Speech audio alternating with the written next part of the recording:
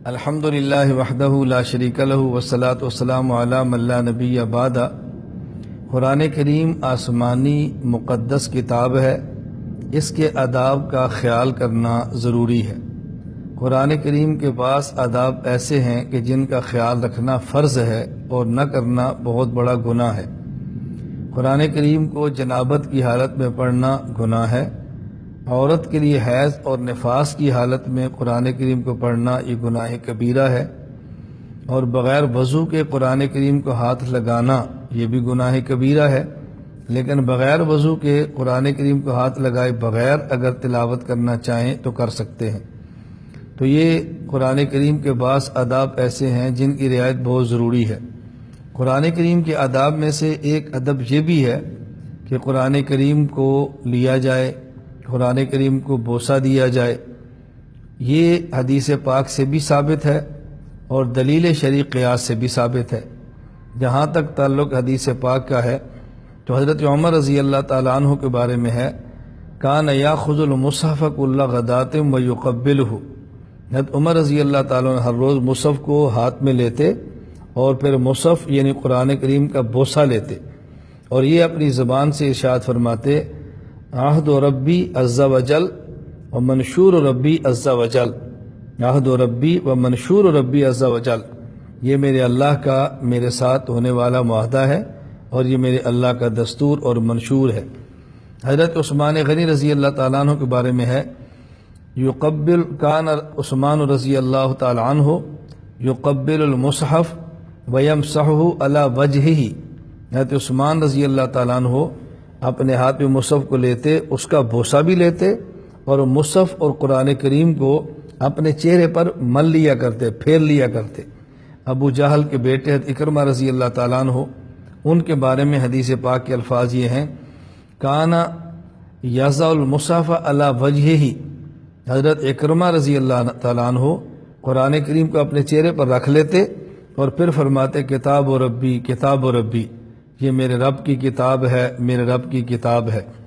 حضرت عمر بن خطاب رضی اللہ عنہ، حضرت عثمان بن عفان رضی اللہ عنہ، حضرت اکرمہ رضی اللہ تعالیٰ عنہ، تین صحابہ کرام سے میں نے بات ثابت کی ہے کہ قرآن کریم کا بوسہ لینا، قرآن کریم کو چہرے پر رکھنا، یہ ان حضرات سے ثابت ہے۔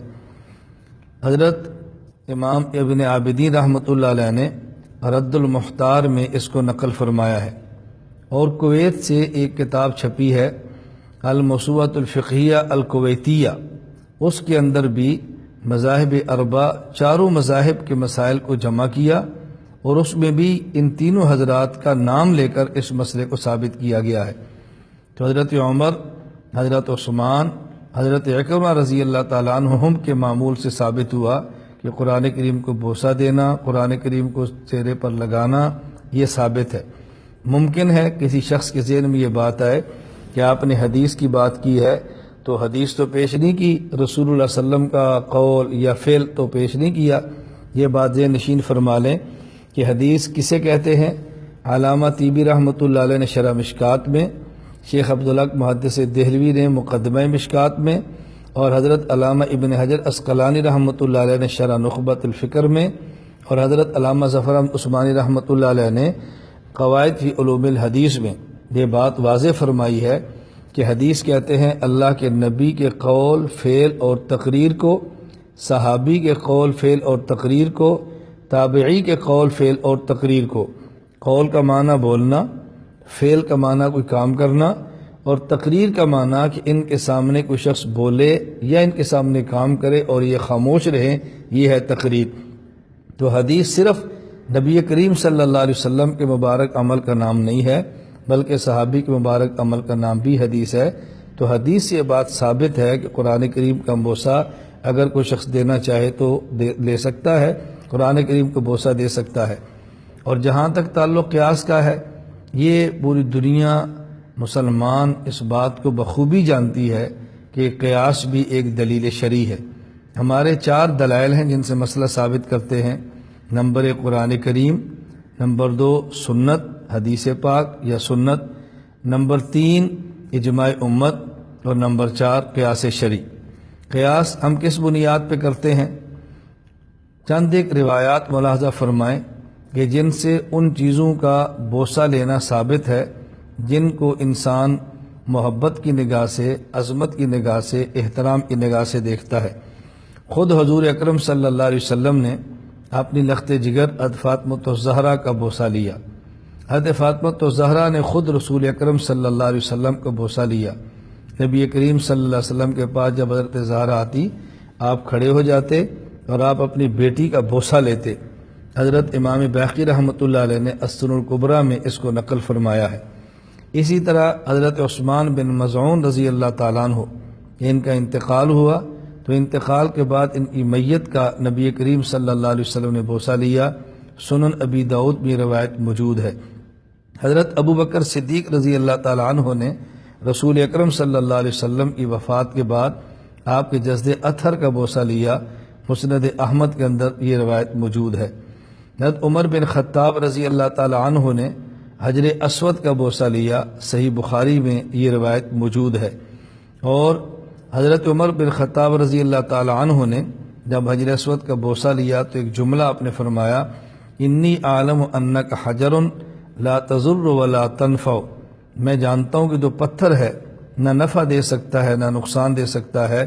ولولا انی رأیت النبی صلی اللہ علیہ وسلم یقبلک ما قبلتک، اگر میں نے رسول اللہ صلی اللہ علیہ وسلم کو تجھے بوسہ دیتے ہوئے نہ دیکھا ہوتا تو میں بھی بوسہ نہ دیتا۔ حضرت عمر رضی اللہ تعالیٰ عنہ اس قدر سنت کا اہتمام فرماتے ہیں، اور وہی حضرت عمر رضی اللہ تعالیٰ عنہ جو حجر اسود کو بوسہ دیتے ہیں، وہی قرآن کریم کا بوسہ بھی حضرت عمر رضی اللہ قرآن کریم کو بوسہ بھی دے رہے ہیں۔ حضرت علی رضی اللہ تعالیٰ عنہ نے حضرت عباس رضی اللہ تعالیٰ عنہ کے ہاتھ کو بوسہ دیا۔ امام بخاری کتاب الادب المفرد کے اندر یہ بات موجود ہے۔ حضرت عبداللہ بن عمر رضی اللہ تعالیٰ عنہما سے منقول ہے، صحابہ کرام رضی اللہ تعالیٰ عنہ مجمعین کے ہاتھوں کو بوسہ دینا، یہ روایت سنن ابی داؤد کے اندر موجود ہے۔ حضرت زید بن ثابت رضی اللہ تعالیٰ عنہ نے حضرت ابن عباس رضی اللہ تعالیٰ عنہما کے ہاتھ کو بوسہ دیا۔ بعض روایت میں کہ آپ کے پاؤں کو بھی بوسہ دیا، یہ روایت کنز العمال میں موجود ہے۔ اب دیکھیں رسول اللہ صلی اللہ علیہ وسلم کا حضرت زہرا کا بوسہ، حضرت زہرا کا نبی پاک صلی اللہ علیہ وسلم کو بوسہ دینا، حضرت عمر کا حجر اسود کو بوسہ دینا، صدیق اکبر کا رسول اللہ صلی اللہ علیہ وسلم کی پیشانی پر بوسہ دینا، ان سے ثابت ہوتا ہے کہ جس کی دل میں عظمت ہو یا جس کا احترام ہو اس کا بوسہ دے سکتے ہیں۔ تو قرآن کریم کی عظمت کس مسلمان کے دل میں نہیں؟ تو اگر عظمت احترام کی بنیاد پہ شخصیت کا بوسہ ہو سکتا ہے تو عظمت احترام کی بنیاد پر قرآن کریم کا بوسہ بھی ہو سکتا ہے۔ اور یہ ذہن نشین فرمائیں کہ یہ قیاس صرف ہمارا نہیں ہے، یہ استدلال ہمارا نہیں ہے۔ کوئی بندہ یہ بات کہہ کر مسترد کر دے کہ یہ کسی نے لکھا نہیں ہے، کسی محدث فقیہ کا قول نہیں ہے، شاید مولانا الیاس گھمن نے اپنی طرف سے بات کہہ دی ہے، ایسی بات ہرگز نہیں ہے۔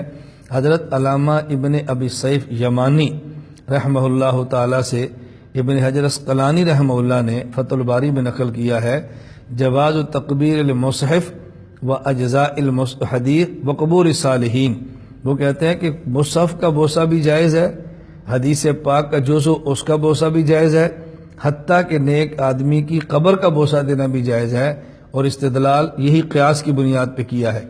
حافظ ابن حجر اسقلانی رحمۃ اللہ علیہ نے فتح الباری میں ایک بات نقل فرمائی، استنبط بعضهم من مشروعیت تقبیر الارکان، یہ جو رکن یمانی کا بوسہ لیا جاتا ہے، اس سے بعض حضرات نے قیاس کرتے ہوئے یہ بات ثابت کی ہے۔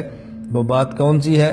جواز تقبیل کل من یستحق التعظیم من آدمی وغیرہ، کہ رکن یمانی کے بوسے سے بعض حضرات نے بطور استدلال یہ ثابت کیا ہے کہ ہر وہ چیز جو عظمت کی مستحق ہو، انسان یا انسان کے علاوہ، اس کا بوسہ دینا مستحب ہے۔ تو قرآن کریم کی عظمت کا کون شخص ہے جو قائل نہیں؟ اس لیے قرآن کریم کا بوسہ دینا بھی جائز ہے۔ حافظ جلال الدین سیوطی رحمۃ اللہ علیہ نے الاتقان فی علوم القرآن میں یہ بات فرمائی، اور قیاس کرتے ہوئے کہ قرآن کریم کو بوسہ دینا جائز ہے۔ الشیخ سلیمان الجمل الشافعی نے حاشیۃ الجمل میں یہ بات فرمائی کہ قرآن کریم کو بوسہ دینا جائز ہے، اور قیاس فرمایا۔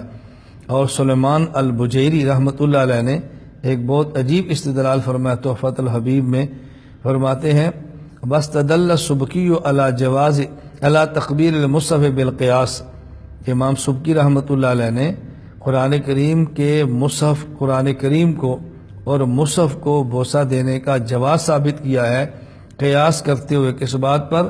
علی تقبیر الحجر الاسود وید العالم والصالح والوالد، حجر اسود کو بوسہ دینا جائز، والد کو بوسہ دینا جائز، عالم کے ہاتھ کا بوسہ دینا جائز۔